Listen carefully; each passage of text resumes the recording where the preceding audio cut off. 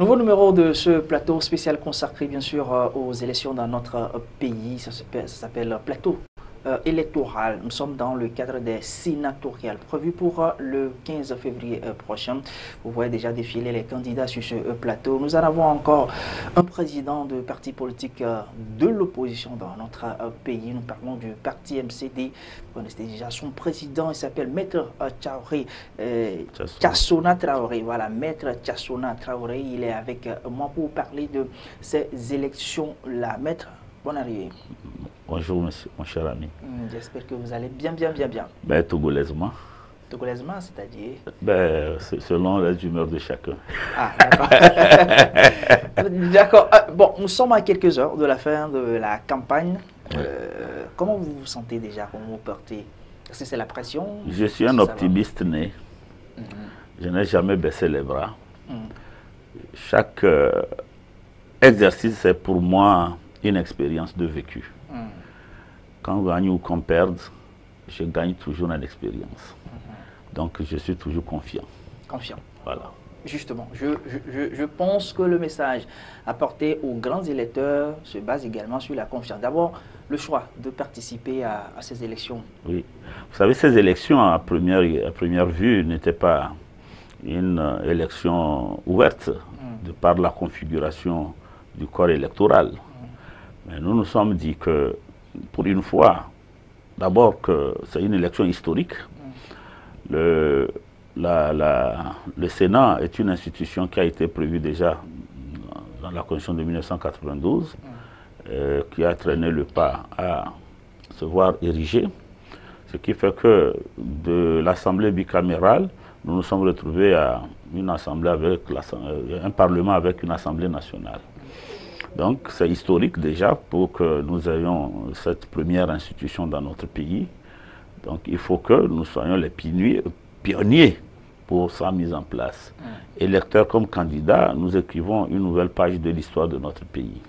Parce que ce Sénat-là, nous aurions participé à son érection. Deuxième élément qui motive notre participation à ces élections, il y a tellement de questions qui sont discutées dans la classe politique. Même nous nous sommes dit que l'espèce humaine n'a évolué sur Terre que par un esprit de résilience. Bien sûr que la Ve République pose problème au niveau de sa conception et de la mise en œuvre au niveau procédural, mais ce n'est pas pour autant parce que ça pose problème qu'il faut tout abandonner, qu'il faut laisser ça en perte et profit, du moment où déjà on n'a aucune action de bien structurée qui viennent à être mises à jour pour pouvoir venir à bout.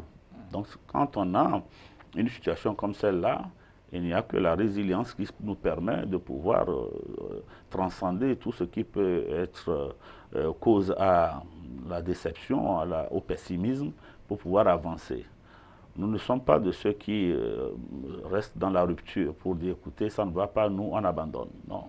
Que ce soit, quelle que soit la situation, l'espèce humaine a toujours évolué par esprit de résilience. Donc nous disons que, quel que soit ce que comporte cette nouvelle constitution, quels que soient les discours aujourd'hui tenus autour, du moment où nous n'avons aucun autre moyen pour pouvoir changer les choses dans l'immédiat, il faut peut-être, avec cette flexibilité-là, participer à l'émergence de cette nouvelle institution qu'est le Sénat, pouvoir évoluer le pays, au moins dans un esprit de discours contradictoire, parce qu'on a une assemblée qui est déjà à presque 100% parti au pouvoir.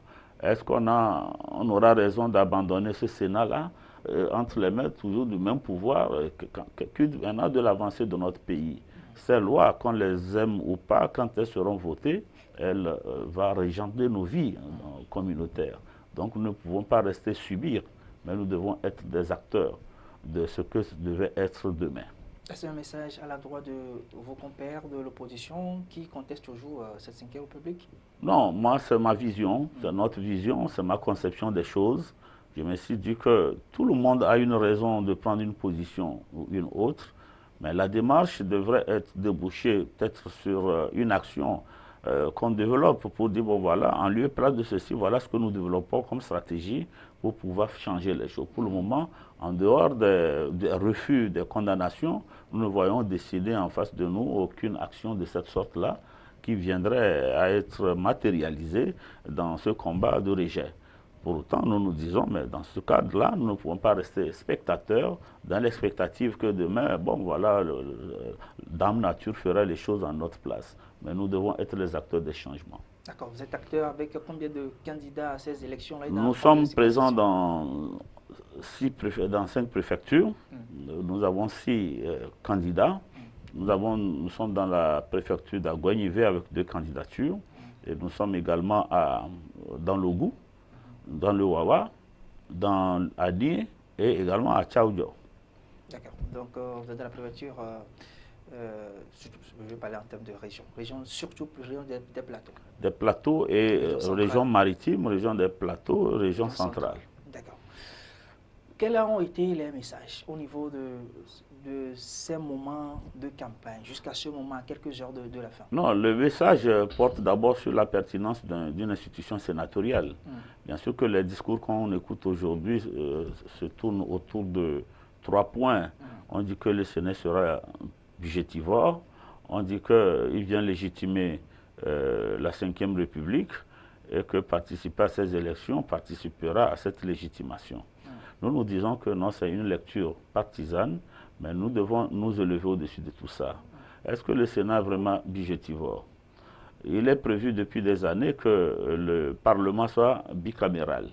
Et les lignes budgétaires qui sont toujours votées pour pouvoir financer l'activité du Parlement a toujours été consommée par l'Assemblée nationale. Il me semble que dire que c'est budgétivore, c'est ignorer que cette ligne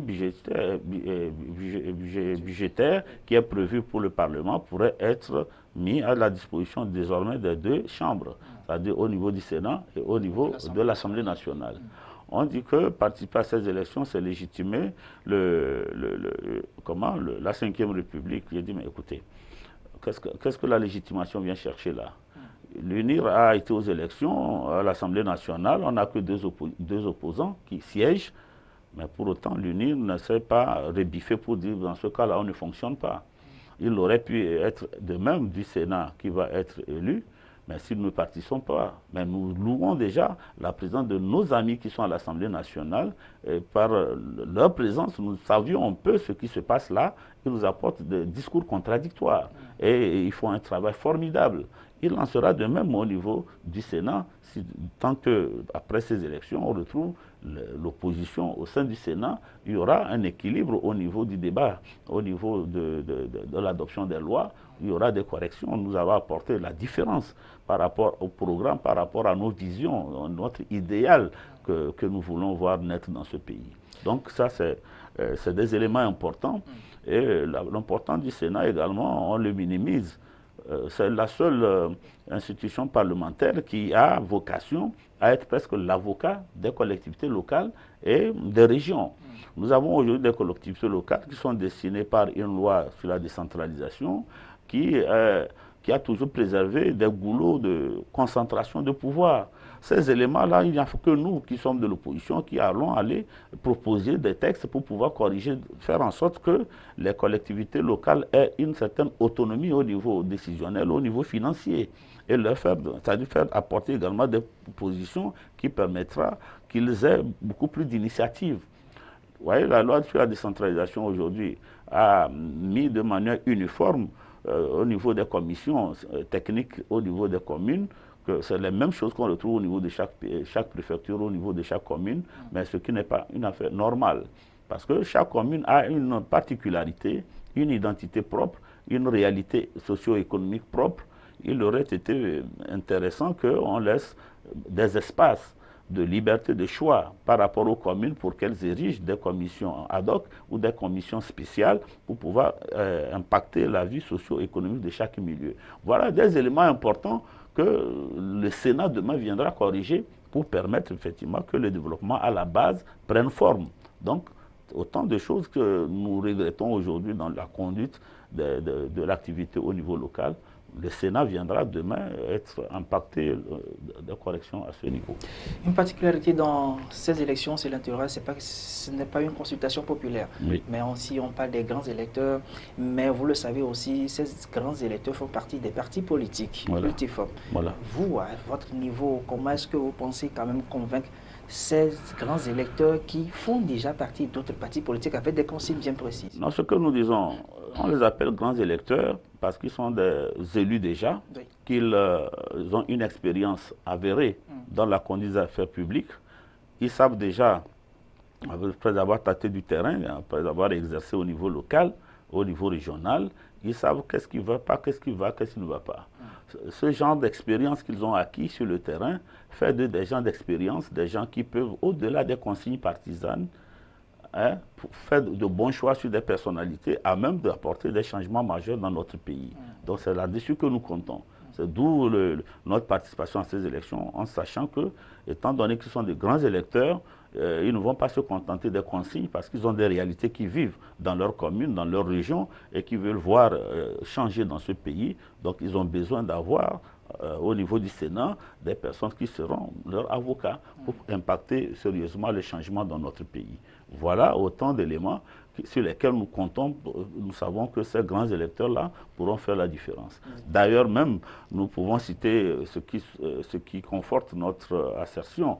Après les élections locales, pour la mise en place des collectivités, des mairies, l'élection des maires, dans beaucoup de communes, ici dans le Golfe, comme dans Aguenivé, vous aurez constaté que les partis de l'opposition beaucoup de partis d'opposition n'avaient pas suffisamment d'élus pour pouvoir être maires, pour pouvoir en leur sein un maire. Il a fallu qu'ils aient des voix qui viennent de l'autre côté. Donc si les élus au niveau du parti uni peuvent avoir cette indépendance de transcender des consignes partisanes pour aller élire des maires, il me semble que cet exercice peut être renouvelé.